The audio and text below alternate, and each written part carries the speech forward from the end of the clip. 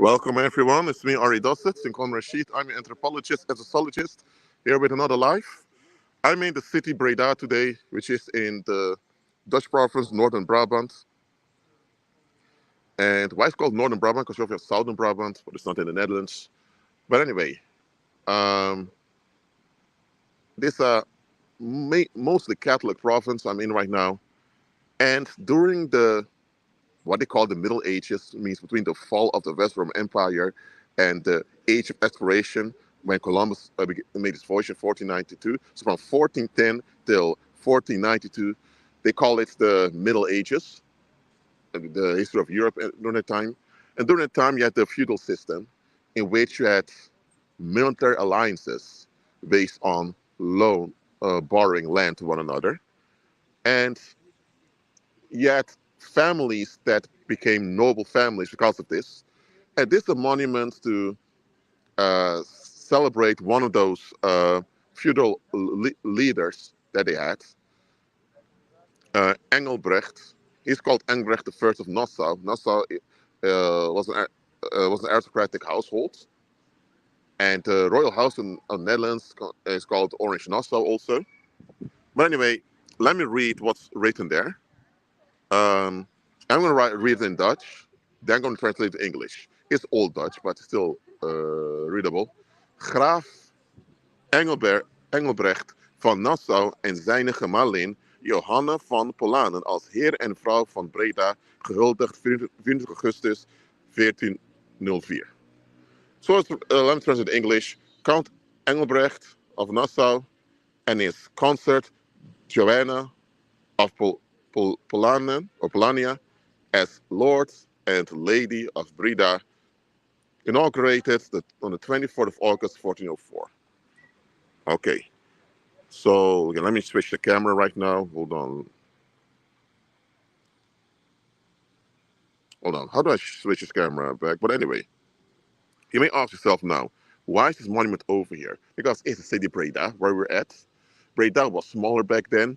Today Breda is bigger. So I'm not sure if the place we're standing right now used to be part of Breda, but it was just farmland. But anyway, this city Breda, and they're celebrating the city just to generate an identity for the population over here, which is a wise thing to do as a community. Here I can change the camera settings.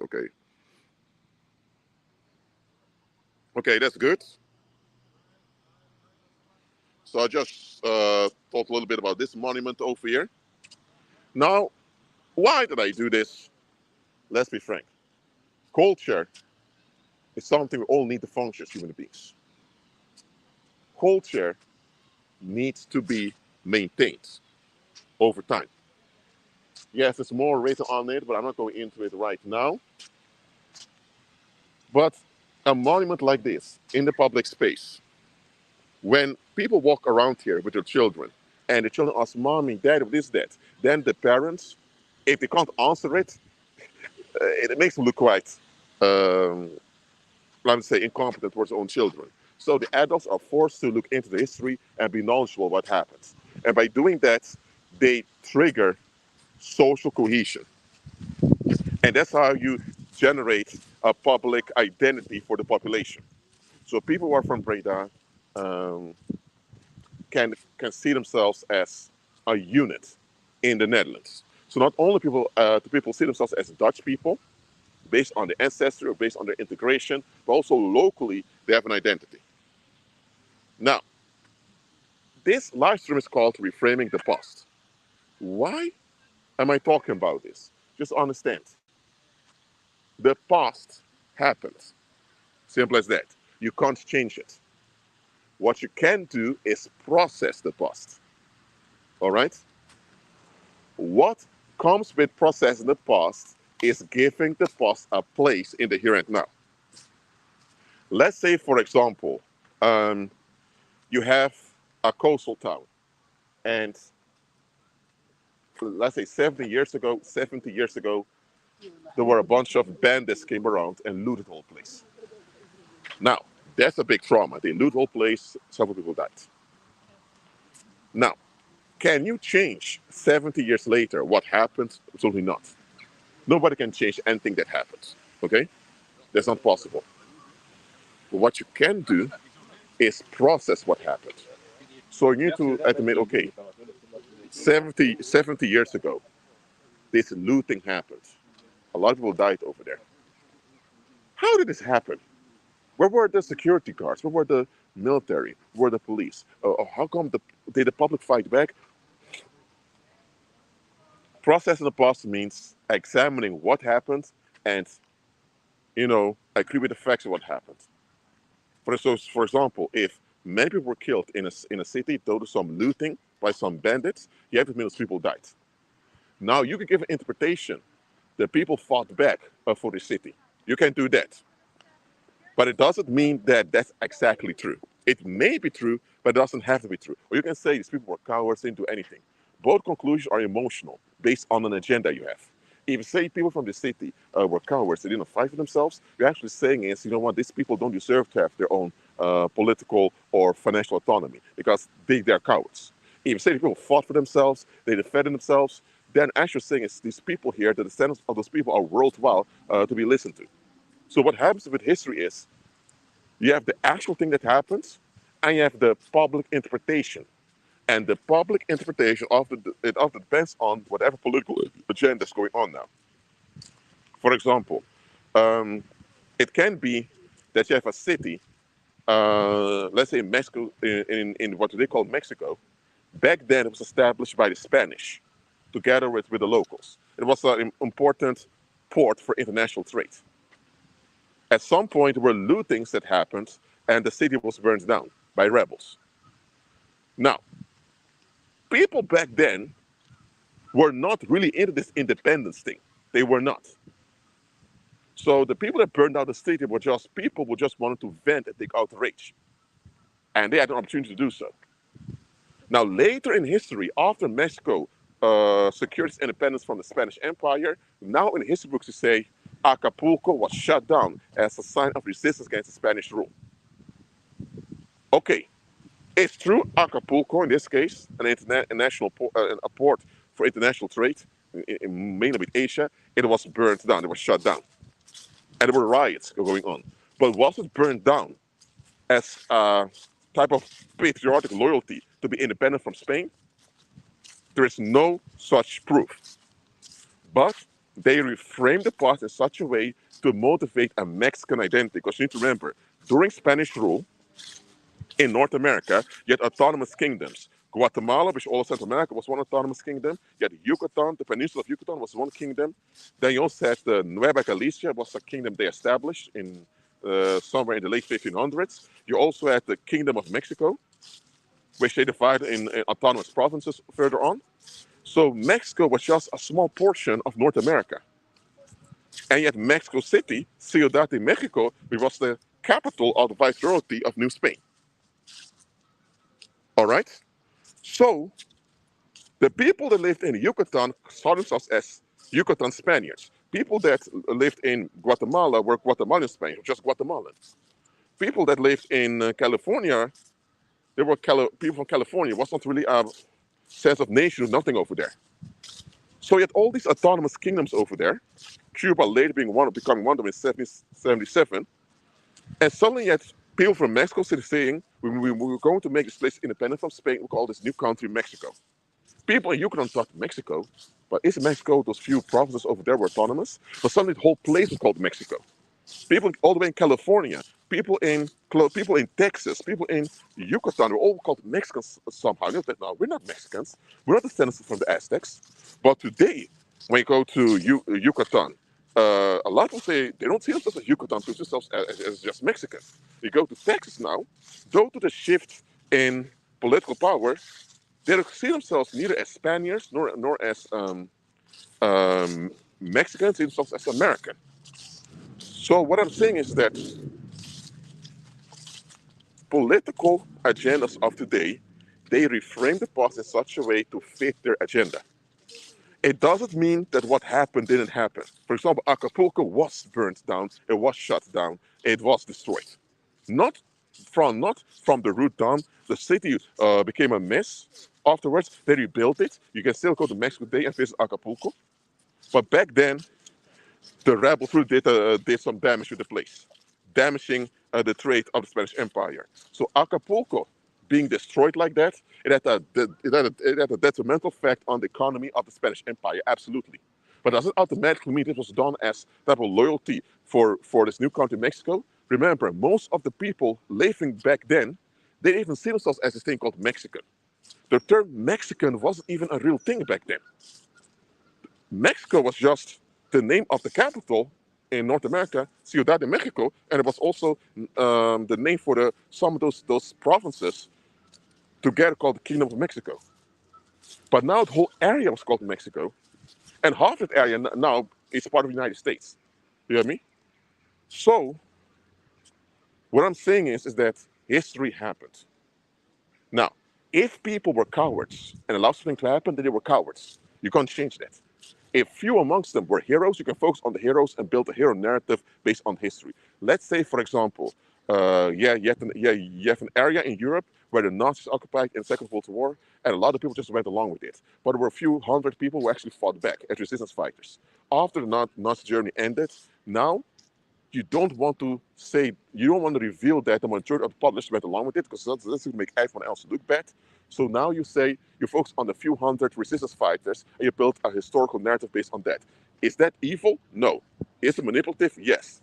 But if you do it for the right reasons, we can understand it. As long as you also admit the other parts. Unfortunately, in real life, people omit all the other parts. You know what I mean?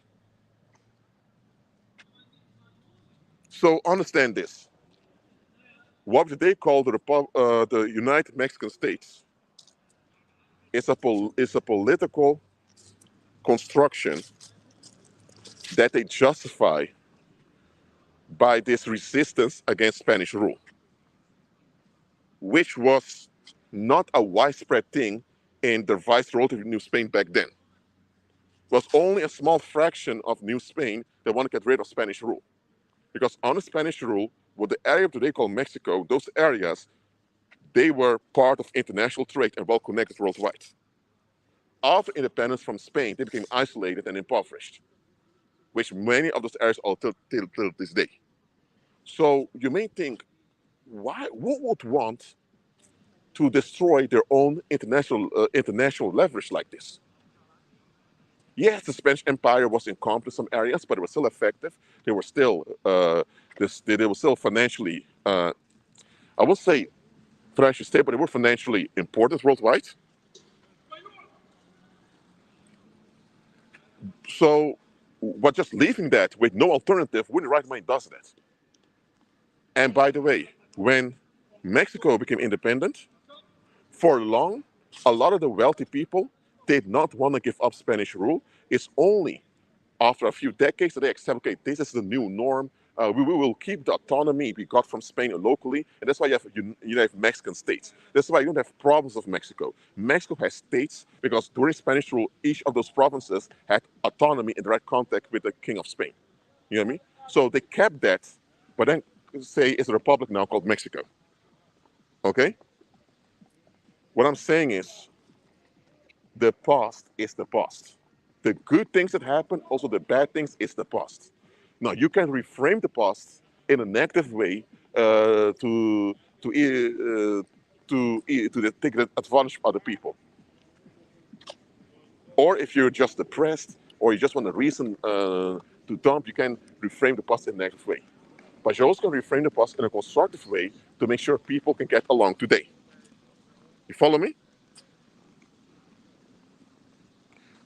Please, if you have a question, let it relate to the topic, please.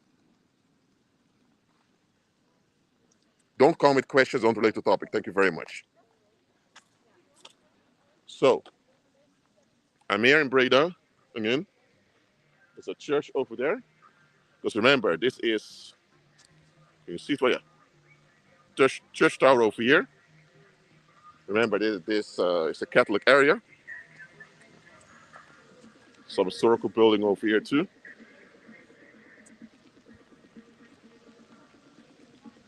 And remember, several decades ago, you were not allowed to just come near these buildings because they were sacred. But when times changed, they preserved the buildings to generate social cohesion locally, which is a good thing.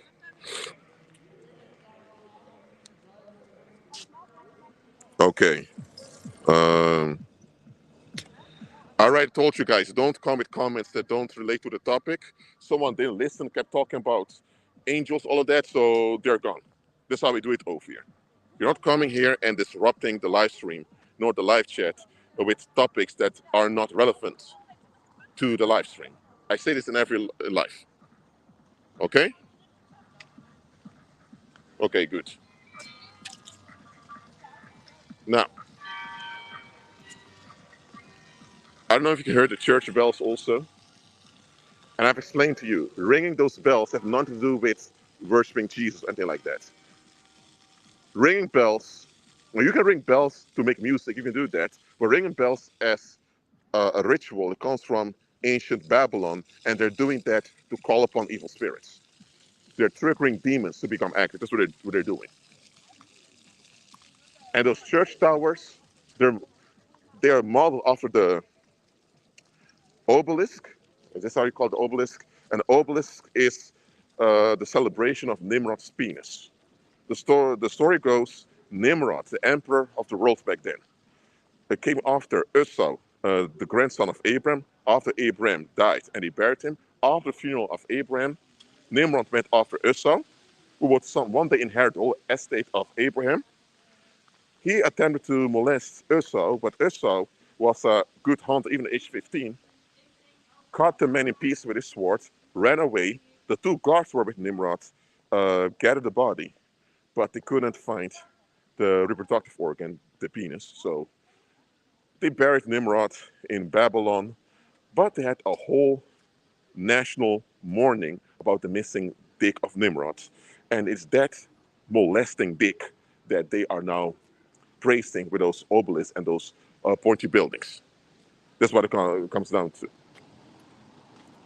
And Nimrod is also known for marrying his own mom, Semiramis, and bringing forth Tammuz. So the term motherfucker refers to Nimrod. He was the first motherfucker after the flood, and he is worshipped worldwide, still till this day, in symbolic ways. Remember in the Bible when Esau came home from hunting and he sold his birthright to Jacob? Well, this was it. They were both 15, a twin, and Esau just killed Nimrod, emperor of the world, so everyone was after him, so he thought his life's over anyway. So he just sold his birthright for a cup of soup because he didn't expect to survive. Yes. So the term motherfucker comes from Babylon, first to Nimrod. And about single motherhood, um, Semiramis and Tammuz are both dark skinned. Semiramis is a Nephilim, by the way. Her son was a blue blood. A blue blood is when a female Nephilim has a baby with a human male. The baby is human, but with contaminated DNA. So Tammuz was the first blue blood. No, not really the first blue blood. Nimrod was first blue blood because it was Semiramis who had a baby with Cush. Cush is ancestor of the East Africans, mainly Ethiopia. And um, so this blue blood had a baby with his own mom, Tammuz. So Tammuz is also a blue blood. So Semiramis, the black female Nephilim with her black son Tammuz, that's the image that the Catholic Church worships. The popes bow down to the Black Madonna. Semiramis is also called the Black Madonna. Okay, so you can check it out yourself. The the white version of it, the Mary statue with baby Jesus, is derived from Semiramis and Tammuz. So single motherhood, which is Semiramis, the Nephilim, holding her own son and grandson, it's a worship to the Queen of Heaven. Semiramis was also called the Queen of Heaven or the Whore of Babylon. So yeah, now you know it. That's why there are some men out there. Hold on, there's a little bit of wind, but some of the men out there, out of devotion for Semiramis, they will go out there have wild sex here and there, impregnate females, and then leave. And now you have single mothers. Why are they doing that? Because single motherhood is worship to Semiramis. It's worship to the whore of Babylon.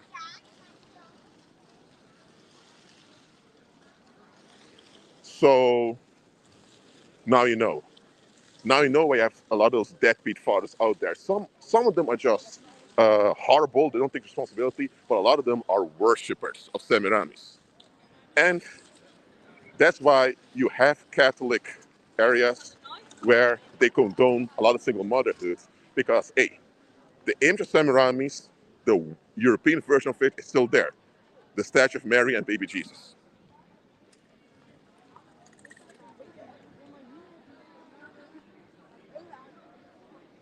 So, yeah, now that's out too.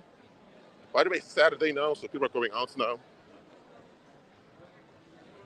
Well, I'm not going to any of those places. I'm just doing this live stream. I have some data left on my plans, so I thought, why not use to do a live stream for you all? Listen, what I just explained to you about Semiramis and Tammuz, and where the whole idea of point buildings with those big points come from, and about the adoration of single motherhood. They never tell you these things. Because then you realize very quickly this world is one giant cult. Now, this cult has been reformed in the 4th century BC, around the year 329, something like that. It has been reformed and turned into a Greek cult, in which the Greek gods became the norm, but they still took all the elements from the Babylonian Egyptian religion with it. The religion from ancient Babylon and ancient Egypt was quite similar, with just a different expression. For example, Nimrod is called Osiris in ancient Greece. And the Greeks called him Orion, or what's it in English, Orion. Because Nimrod was a hunter. A hunter who used charms to become the first tyrant on earth. All right? So the past is framed all the time to shape you and to turn you into something the local politicians want. It happens all the time. So knowing the past in its full extent, as far as you can, and processing it is quite important for you to be delivered and to operate in true human autonomy. Amen? Before I continue, did any of you know about the origin of pointy buildings and about single motherhood? Did any of you know all of this before this life? Let me know. Let me know, please. Did any of you know? Did any of you knew this before I mentioned this? Let me know the live chat. Let me know.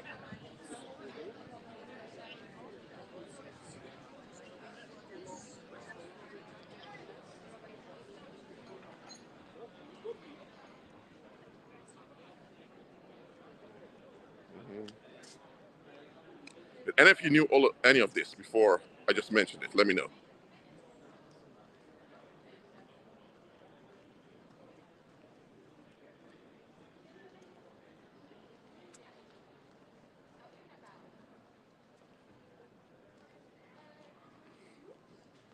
All right, let me see. I'm here right now.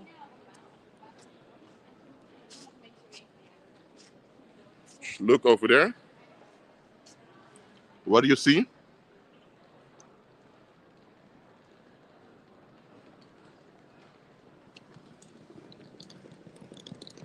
Yep, worshiping the Queen of Heaven or the Whore of Babylon, but in a Christian way.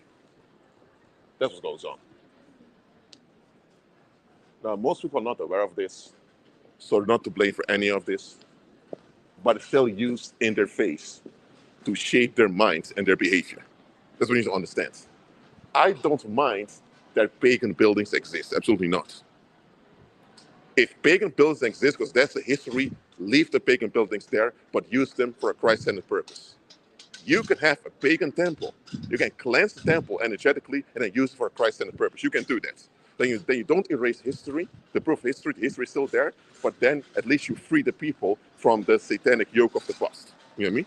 But right now, too many people are raised into satanic yokes because they have a false perception of who they are, because their history has been tampered with.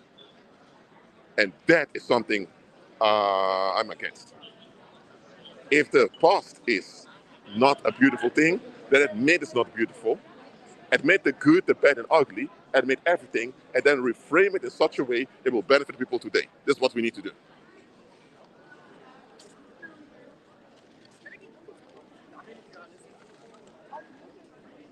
Mm, hold on. Let me show something quickly. For example, this statue over here. These statues are not built like this for nothing. They're not placed like that just for fun. Anytime in public you see a public monument like that or a public sculpture, it's put there with the purpose to shape the way you think and feel. Why don't they put sculptures like that everywhere? Because it want to serve the purpose everywhere. You know what I mean? For example, if you go to Japan, you may see war monuments of Japanese soldiers. Why? Because it's Japan. So you want the Japanese people to have this sense of belonging. And you want foreigners who come there also to honor the Japanese population. You go to Korea, who was occupied by Japan for a full 35 years. I guarantee you won't find any Japanese monuments over there because the Japanese Empire kind of misbehaved towards the Korean population. They did some good stuff here and there too. We have to be fair, but they took advantage of the population. And the main reason why Japan occupied Korea in 1910 was to cover up their own agricultural failure back home. Oh, and after the occupation, when the Second World War ended, the agricultural problem was still not solved. But anyway, in Korea, you will not find monuments referring to Japan in a positive way. Why? Because their history is different.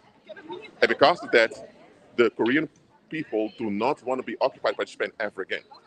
And because historically there were various attempts from Japan to occupy Korea, one of them succeeded, and they don't want to go to that again. That's why they make monuments to celebrate the independence of their nation. So it's logical for in Korea to have monuments like that and to not see any Japanese monuments. Right? Now, that's about monuments in public space, all that. I want to highlight another thing to you. People out here, they have a brain. If they had no brain, they couldn't function as human. We know that. But besides the brain, they're also spirit beings with spirit abilities. If there is any inconsistency in your environment, you'll pick it up. You won't be at peace with something. Now, if I'm in, let's say, an Arab nation like Qatar or Saudi Arabia or Dubai or whatever, or the United Arab Emirates, I mean, it's expected for me to see things written in Arabic because it's an Arab nation. But if I walk around in, let's say, Sweden, I expect to see things written in Western letters. Why? Because it's Sweden. You know what I mean? If I go to Korea, I'm expected to see things written in Korean letters everywhere because it's Korea. Maybe in Chinese characters because of the history of Korea and China together, but I'm not supposed to see things written in Hebrew when I'm in Korea. No, it shouldn't happen. You know what I mean? If you go to let me see, an Italian restaurant and they serve you some Chinese duck dish, you're gonna think, what? It doesn't fit well. Of course it doesn't. But now, I want you to consider the following. If you notice that in the world, there's this obsession with Greek gods everywhere, especially when it comes to finance and politics, should that not alert you as a human being that something's wrong over here? It should. Why, for example, do you have so many buildings in the United States built after Greek architecture? Why? Why are so many of the buildings in the United States built to symbolize the Greek temples? Is the United States a Greek nation? No. Are most people in America descendants of the ancient Greeks? No. So why then do you have this overwhelming Greek architecture everywhere? But let's say someone from Greece says, I want to go to the United States and get citizenship. Can he just do that? No. If someone from Greece today goes to the United States and he doesn't have a visa or a permit to stay, he'll be deported by Homeland Security. Simple as that. So, but hold on a minute. So if Greeks today can't just go to the United States and get benefits, why do you have Greek architecture soaked in the United States landscape in many places? Not all architecture is Greek style, but a lot of them are, especially related to the government and to financial buildings relating to banks and all of that. That alone should alert you, hold on a minute. Why are Greek gods and Greek architecture so dominant over here? What? The moment you notice that, you have to think, okay, something's wrong and what goes on? I want to know because this put in my face. I was raised into this. What is it? If you don't become realistic and answer questions and look for answers, then you're part of the deception and you're part of the problem. Simple as that. So worldwide, everyone picks up something is wrong. And it's not just the Greek gods and Greek architecture. People pick up something is off. But the thing is, they get along with it because they want to escape. That's why. And that's why they're not innocent. Are there innocent people, innocent adults? Absolutely. There are naive people who just don't know better. Those exist. But the majority of the population on the earth, they're not innocent. They know things off, but they'd rather be part of what's wrong than to face the fact what's wrong and look for a solution. All right? So anytime the public fails, they seek to cover it up with some story that reframes the past in such a way so the public appears innocent. Look, if the population was victimized, then they were the victims. Just admit it. But if the public were collaborators with evil and just how things happen, admit it too. So I have no problem with framing the past. You frame it however you want, as long as it's constructive and in harmony with God's will. If you hide certain dark stuff about the past for a constructive reason, okay, I can tolerate that to some extent. But if you hide bad things from the past and you glorify your version of the past, which is not real, now that's an issue. Okay? But anyway, I want to make this live stream to remind you that the past is the past. All thing we can do is process the past and reframe the past in a constructive way. And we should do it. Because if you don't process the past, then you'll have devil worshippers and the pagan agents that will reframe the past for you and take advantage of you, and you're not even aware of it. That's the worst part. So process the past, reframe it in a Christ-centered way so that you remain free and so that your well-being is not tampered with. Amen? Because all these political agendas out there will tamper with your long-term well-being, all of them. All right? God is good. By the way, any other questions about this topic? Let me know now, please. Let me know.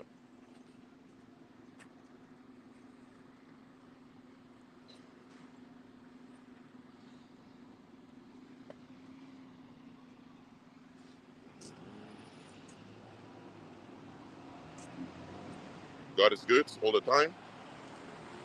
Any questions about this topic, please let me know.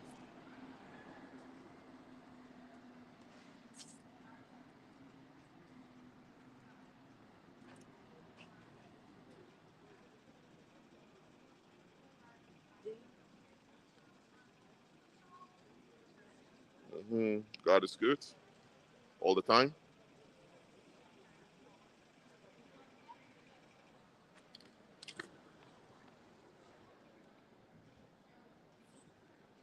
Gotta wait 30 seconds more to see if I see any question pop up. If no question pops up, I'll close down the live stream. God is good.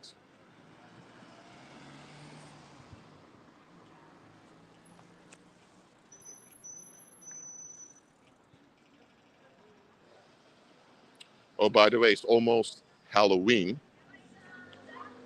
I already explained phallic symbols, Suzanne. It has referred to Nimrod's dick. I already explained that. And it's the worship of the male sex drive, as if the male sex drive is all you need for a community. That's Masonic thinking, by the way. But it's almost Halloween. It's actually how uh, pagan and satanic Europeans, not all Europeans are satanic nor pagan, but it's the way satanic and pagan Europeans worship their international leverage, accomplished by this vampire thing that comes from Wallachia. I'm not going to say too much over here because it's quite controversial. It's quite disturbing.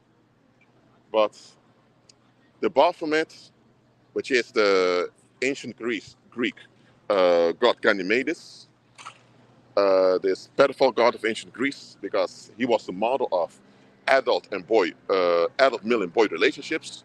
So this pedophile god Ganymedes, now worshipped as the Baphomet, together with this ritual Vlad III of Wallachia did, that's the basis of the international relevance of Europeans.